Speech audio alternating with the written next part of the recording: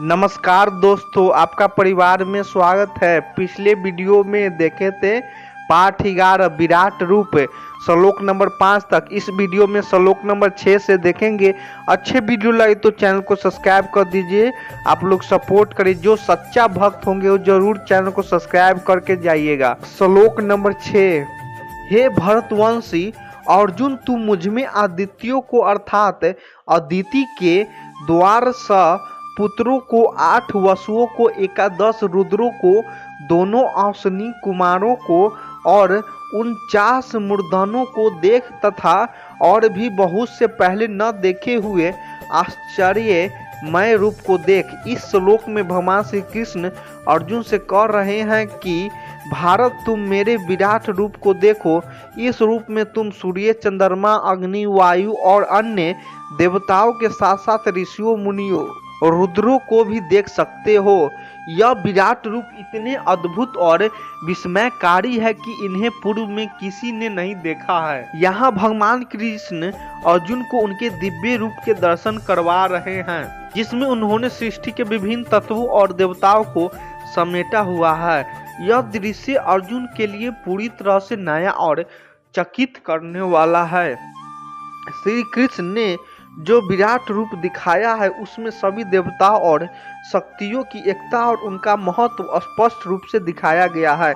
यह श्लोक इस बात की पुष्टि करता है कि भगवान की स्वरूप अत्यंत विशाल और अप्रत्याशित है, जिसे किसी भी साधारण सृष्टि से नहीं देखा जा सकता। श्लोक नंबर 7। हे अर्जुन, अब इस मेरे शरीर में एक जगह स्थित चराचर सहित संपूर्ण जगत को देख तथा और भी जो कुछ देखना चाहता हो तो देखें। इस श्लोक में भगवान श्री कृष्ण अर्जुन से कहते हैं कि वह अपने विराट रूप में संपूर्ण जगत को एक ही स्थान पर देख सकते हैं।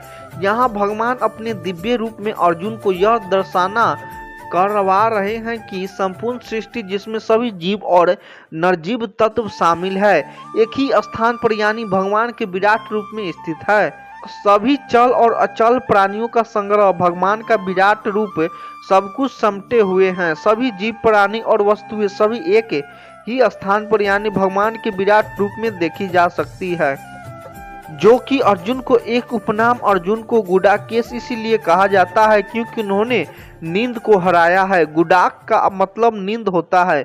यहाँ भगवान श्री कृष्ण अर्जुन को निर्देशित कर रहे हैं कि अगर वह कुछ और देखना चाहते हैं तो बता दें।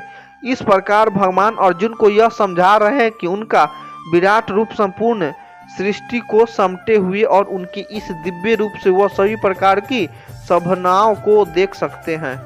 श्लोक नंबर 8। इस श्लोक में भगवान श्री कृष्ण अर्जुन से कह रहे हैं कि उनके दिव्य रूप को आम आंखों से देखना असंभव है।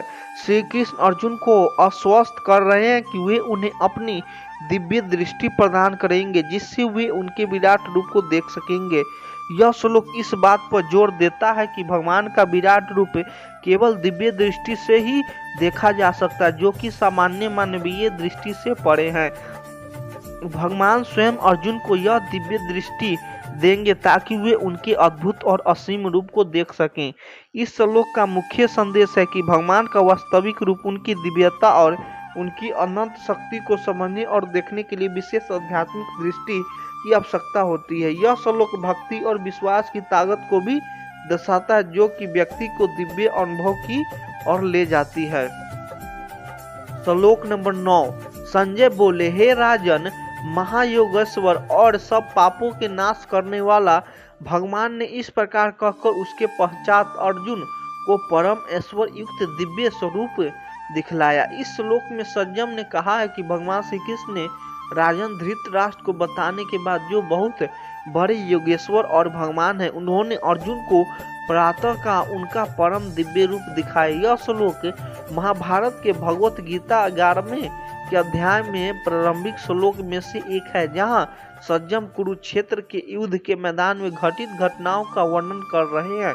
यहाँ पर महायोगेश्वर तात्पर्य है कि भगवान श्री कृष्ण ने अपने योग और शक्ति के माध्यम से अर्जुन को उनका विराट रूप दिखलाया।